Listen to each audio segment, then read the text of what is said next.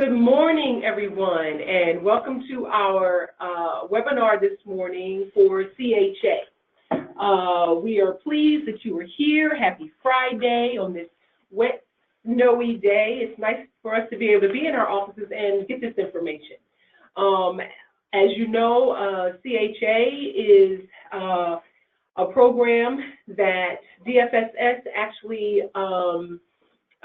facilitates with funding from CHA to provide out-of-school time to CHA residents in the various community areas. And so today we are going to go into the expectations and the requirements to make it easier for you to create and respond to the RFP that we released this month, as well as provide any support that you need. This RFP will be, this webinar will be recorded. So in case you need to go back and review the information, you'll have the opportunity to do that. And so I'd like to thank Thomas. Pop yourself in here. He is giving us the technical support that we need today to make this happen. And to my right is Cesar Garza. Cesar will be taking you through the requirements for the CHA today. And if you have any questions, please feel free to type them in. We will respond to them. And if you have any technical or additional questions, at the end of the webinar, we will put up Cesar's information as well as my information. I believe my information is in the RFP. And Julia Talbot, who will give us TA support if you run into any of those issues as well. So again, thank you, welcome, and we will now begin to get started. Hello, everybody. Welcome to the webinar. My name is Cesar Garza, and I want to start out with the overview of the CHA RFP.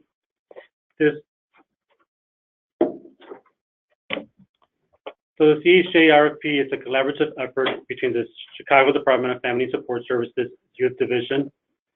The program is intended to provide CHA youth 6 to 18 with quality programs through one of the three types of models. This program is in response to the critical needs of creating additional opportunities for youth who live in CHA housing developments.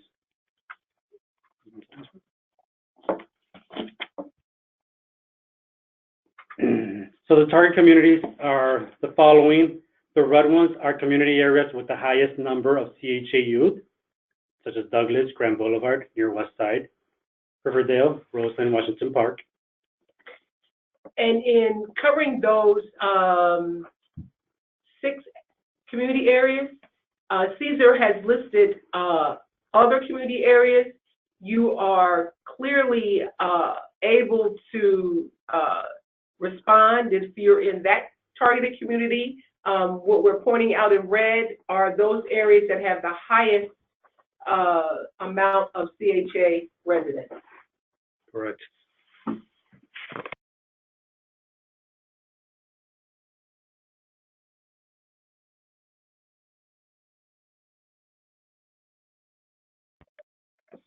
And in lieu of these target areas that are in red, you will be given additional points on your RFP if you are responding to serve youth in those particular areas. Great. So our proposed programs should be located within 6 miles of the CHA public housing site and your public transportation. So we have 3 program models. The first one is environmental responsibility and stewardship. This one fosters youth with an understanding of their important role in helping to build healthy and social, environmentally conscious communities. Youth access to help other communities by measuring if they live in a clean, safe environment and have access to healthy food and opportunities for safe and recreation and physical activity. Some of the examples include Chicago City-wide Clean and Green Program, tree planting, assisting an agency for neighborhood gardens, field trips to local zoo, aquarium, forest preserve, nature preserve, recycling materials, and attending the Environmental Awareness Day. Program model number 2. This is the peace and nonviolence model. This seeks to transform the culture and conditions that lead to youth violence. Agencies should connect youth in meaningful ways to promote community, peace, and nonviolence. Some of these examples are peace marches, peace building, various workshops in peace building and knowledgeable and skills, workshops on bullying prevention, conflict resolution, and host sports events. Participation in Anti-Bullying Awareness Month and International Day of Nonviolence and Day of Peace.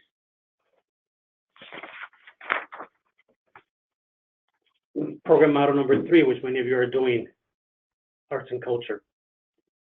This program provides youth with instruction in one or more of the following art mediums: drawing, painting, performing, ceramics, photography, illustration, printmaking, graphics, web design, and sculpture. Additional consideration will also be given to respondents whose proposals demonstrate visual arts, specifically the development of paintings, drawings, and photographs that can be displayed in CHA properties. Some of these examples of engaged activities are the following: field trips to local art museums and galleries, art fairs, tour of community murals, workshops with guest artists, exposing them to art techniques in their chosen art mediums.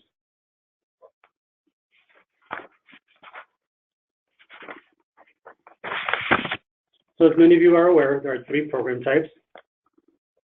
The year-round program is 48 to 52 weeks, and this will be 2 to 3 hours per day.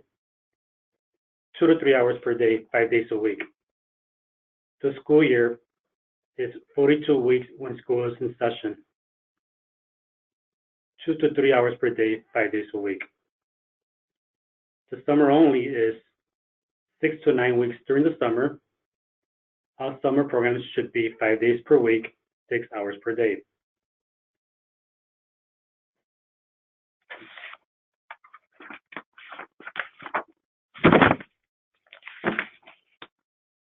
General operating requirements.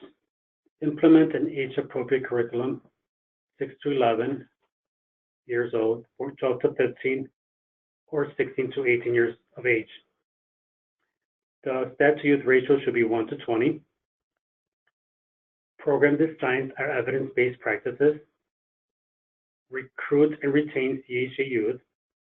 And finally, provide culminating events to showcase youth work.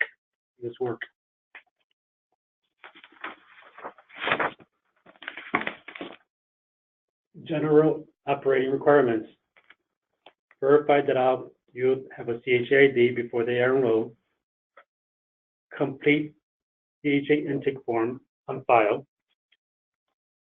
100% data entry into city spend. Must maintain average daily attendance of 80%. Attendance should be entered weekly in city spend. Provide a copy of the curriculum prior to the start of the program. Agency is required to voucher monthly. Attend CHA and DFSS meetings, and follow up work plan requirements.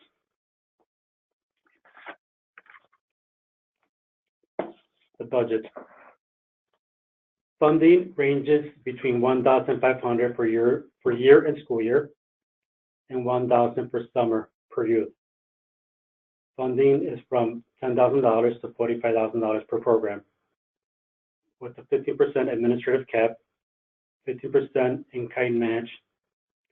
Payments are based on reimbursement system. Everybody should be aware of this. Reasonable cost, budget identification, and leverage of funds.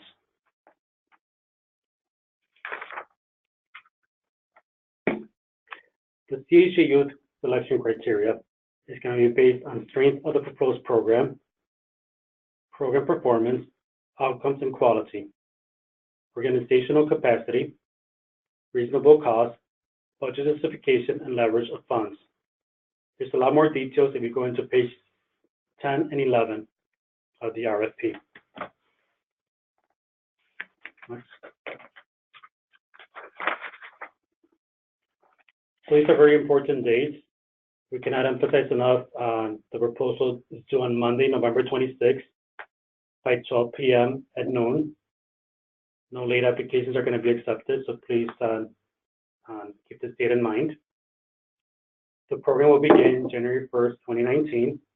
And remember, this is a 2-year contract, so it's going to start January 1st, 2019 to December 31st, 2020.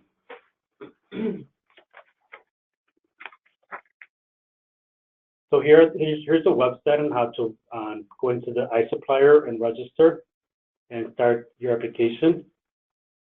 And cityofchicago.org/eprocurement, and right below is the link. So you're gonna have to create your username and password for this.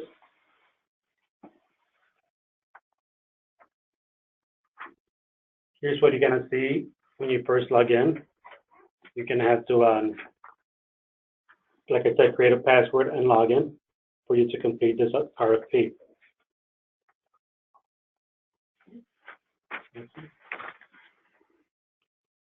If you have any questions or you need assistance, there's an email you can contact and a phone number. And we also have training materials, and there's documents and videos if you click on this link below. There's a lot of instructions and different videos and training materials that could help you out if it is your first time doing this. Here are just some useful links. DFSS Chicago on how to search online for your contract, under delegate agency registration, and funding opportunities.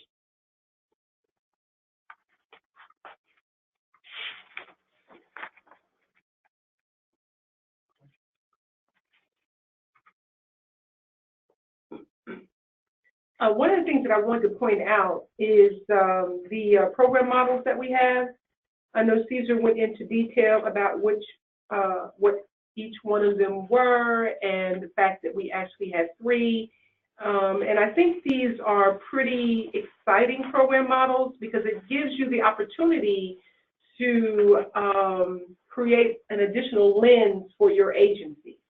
So on the environmental responsibility and stewardship, as we move towards a clean environment and our greenhouse effects that everyone in the world is actually talking about, we can actually assist our agencies, you can assist our youth to make them more conscious and aware of eating healthy and what their social commitment is to the environment, and how that actually speaks to us, passing on the torch to our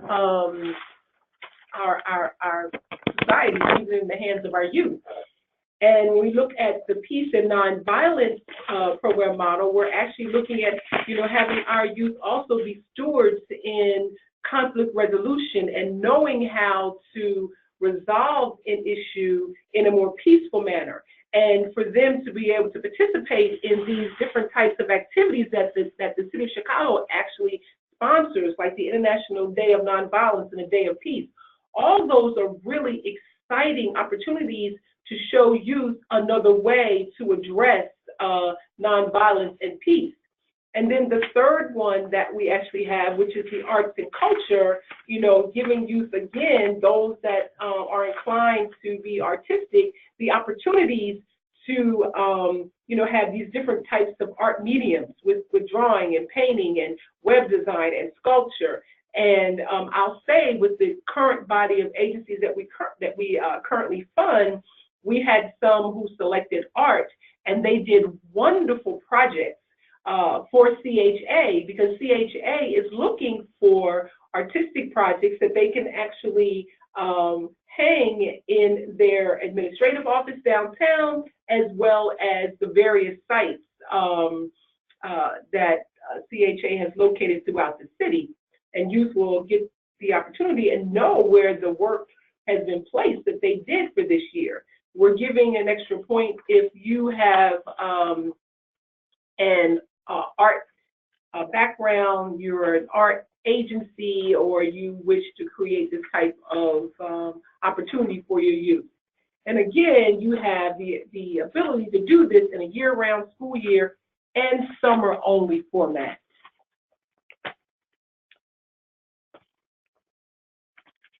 So the first question is, when is the application due? It's actually so we said that is November 26th by 12 p.m. And let me just give a word of caution. Today is the 9th. You have a few more days before we actually are there. Time is moving really fast. Please do not wait until the November 26th to kind of compile most of your stuff together and submit it, because the system may get jammed, and even though you're submitting, you may miss the mark. And as you all know, some of you that have responded to some of our other RFPs in other divisions of DFSS, and even maybe some of you have responded in youth, iSupplier is different now.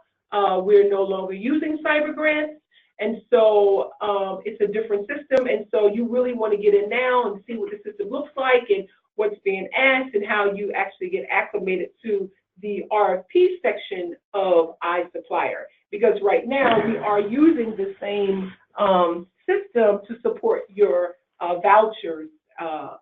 So just get familiar and do what you can now to look around and so that you are prepared.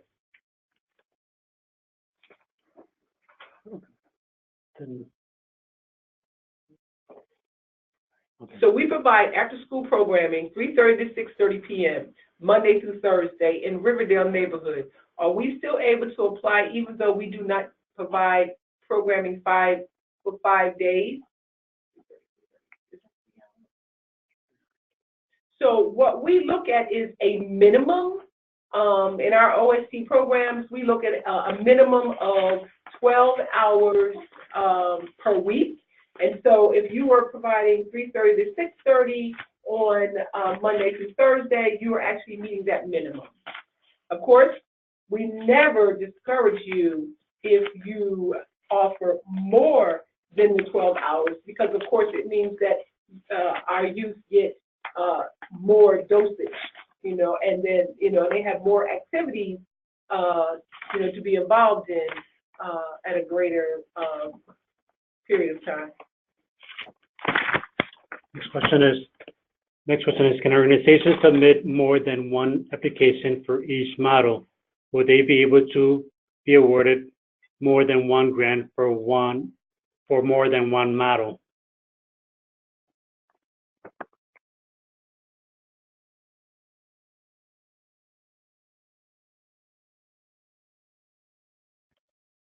No, I think it's best for you to focus on one model.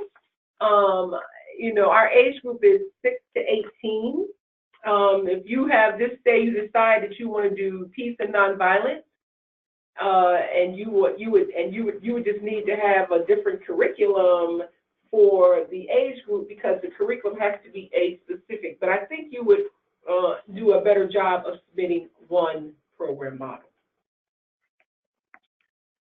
The next question is, with the 2-year grant term, do we need to provide the same activities each year, or can we do different activities in the second year? That's an interesting question. I think, and that's Megan. Megan, I think I've never heard that question before, but let me just frame it like this. First of all, the contract is 2 years, but we never control our funding on the program side. We put a 2-year contract in place because it makes it easier for us as it relates to getting paperwork done. Providing in year 2, which would be 2020, there's funding available, then that'd be your second year grant term. If you are changing any activities, that will be done through your work plan. Because what happens is, once you are funded, if you're recommended for funding and you are one of our CHA agencies, you will complete a budget and you will complete a work plan. The work plan will spell out your program model. It will spell out your program type. And if in the second year you wish to change the type of model, then we would have a discussion prior to that happening.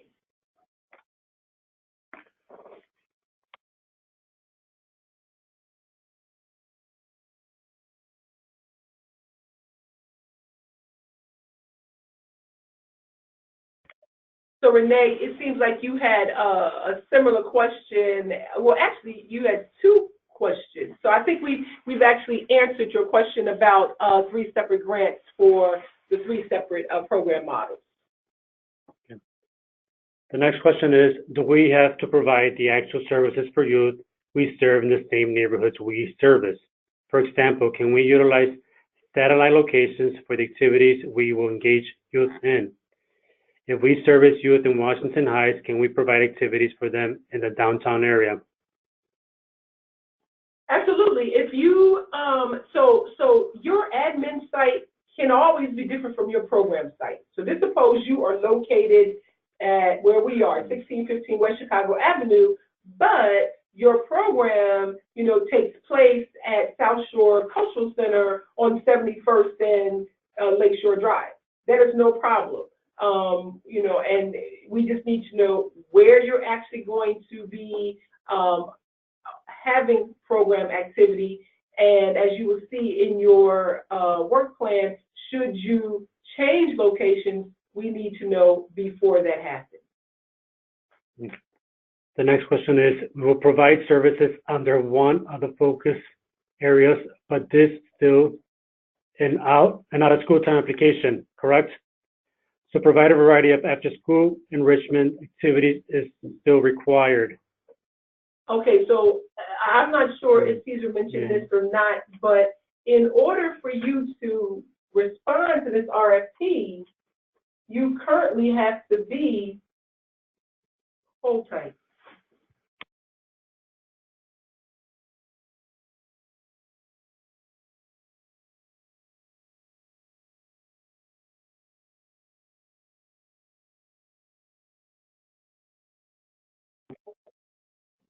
Okay, so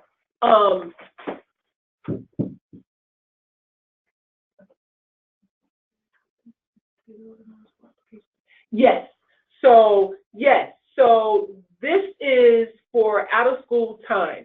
This is for youth who, once they have left their educational facility, whether it's CPS or charter school, private school, whatever, and they are seeking after school, out of school time activities.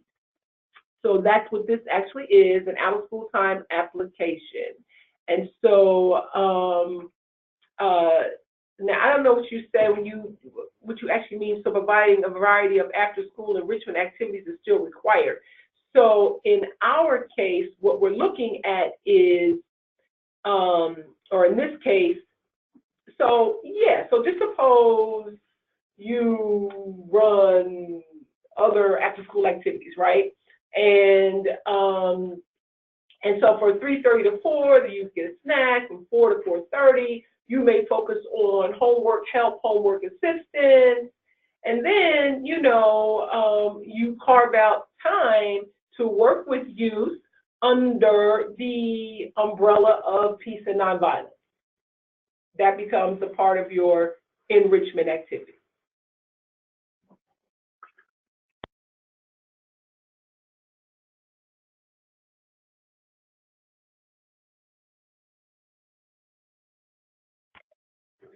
The next question is, we will be submitting applications for 2 different sites. Do these need to be submitted under separate logins through e-procurement? Yes. Yes. Julia is saying yes.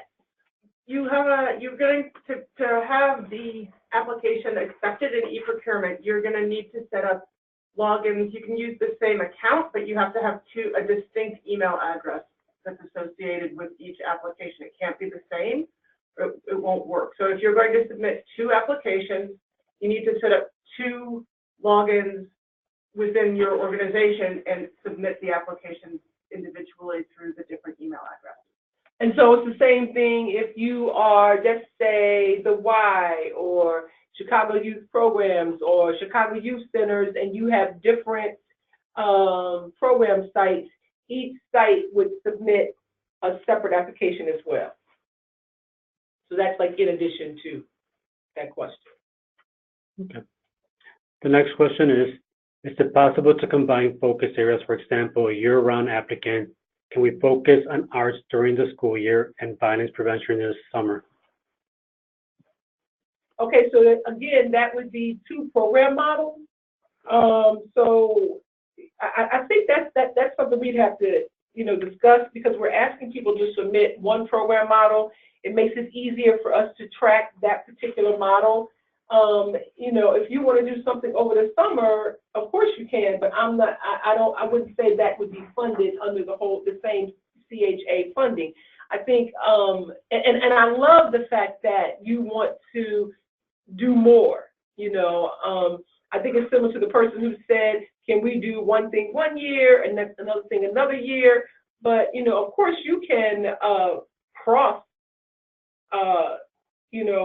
activities within your agency, would necessarily be written in that way. We're going to do peace over the summer and we're going to do art over the school year. We need you to submit one program model. The next question is, in some of our neighborhoods, there's a lot of scattered site housing rather than large-scale CHA family housing. So we've had to be creative to find where the CHA families live.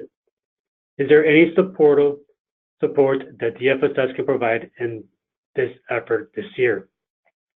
So if you're asking us if we need to support you with recruitment, CHA has the family network providers, and we can truly reach out to CHA, and through that network, they can support you in you identifying CHA residents in your community areas, because what they do is they reach out to those parties in CHA and let them know that you actually have a program and that and their youth can participate once you're funded. The next question is, how can we get actual training on submitting the RFP? The system is rather confusing. In terms of getting additional training on the RFP, you should look at the RFP document itself and look at the resources that are available online for training. There's some PowerPoints, there's, I think, some webinar stuff that you can download.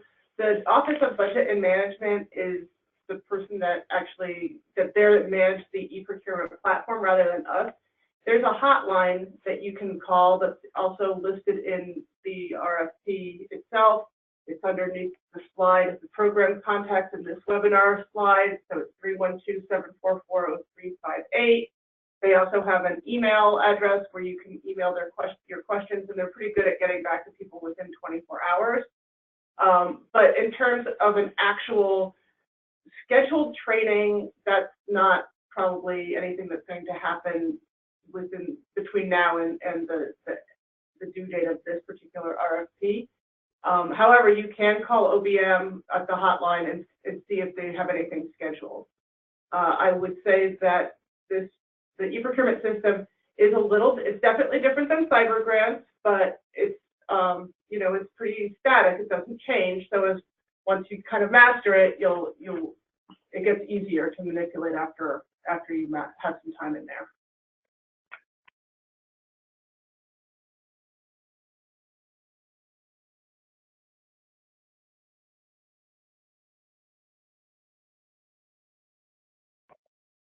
The last question is, do we only have to focus on one community when recruiting youth? Can we recruit 45 students from 5 different communities as long as they all live in the target community areas?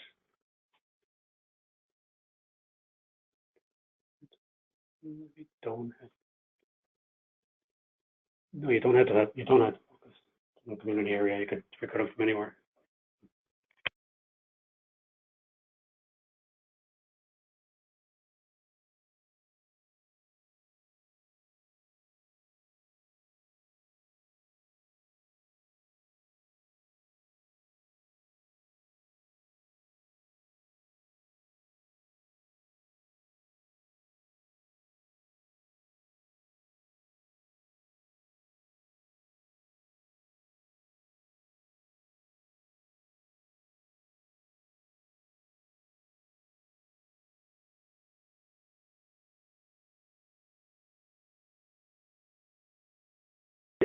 Okay, so, LaShawn, we're not ignoring you. We're kind of like sidebarring. I think what we're actually looking at is if you want to recruit 45 students from 5 different communities, that's fine if they're living in that target area, the community areas we've listed, but keep in mind logistics. So you want to do 45 students, I mean, really, what does that look like? How are you going to get them from point A to point B on a regular basis? You know, we're saying that we want you to be within a 6-mile radius of where you are actually providing programming. And so if that's the case, you know, are those youth, if those youth are within that specified 6-mile radius, then yes. But you do need to think about logistically, if you are going to recruit them, how they are going to get to your site. And is that distance within that 6-mile radius?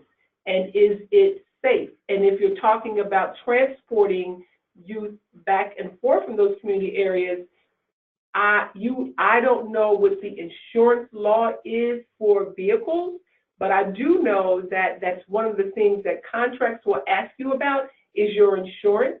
And if you're using a vehicle, and you need to make sure if you are, that you are meeting the required transportation law as it relates to insurance and within the corporate boilerplate.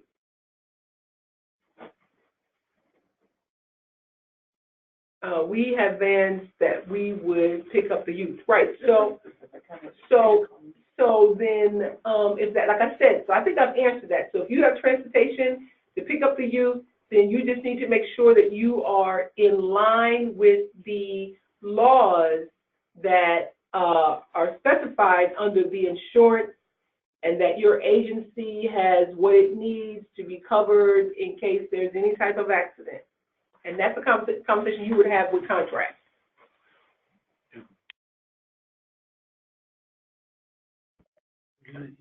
Yes, what is it? The next question is, I am an existing iSupplier user. Can you repeat how I access the application within the system? Go back to the slide. Just go back, Thomas. Okay, yeah. Just backspace some of the slides. Right there. Go back. Some more? Yeah. Go Forward? Yeah. No, sorry. Yeah, go back. Right there. No, right there. So to access the application, you go to the iSupplier portal, and then you should be able to look at the RFP through there. You should also be able to log in to your account and then access the application via your account. But to get specific information, I would suggest that you go to the resources listed in the RFP, or you call OBM at their hotline, and they can give you specific instructions. Okay, so if you are on this webinar, Caesar will email to you this PowerPoint, so you'll have it, and Thomas has recorded it. Once the recording is done and we have a place to house this, we will send you the link so that you can access the today's webinar. Are there any additional questions before we let you go?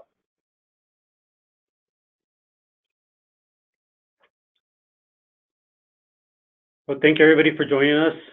Have a safe and wonderful weekend.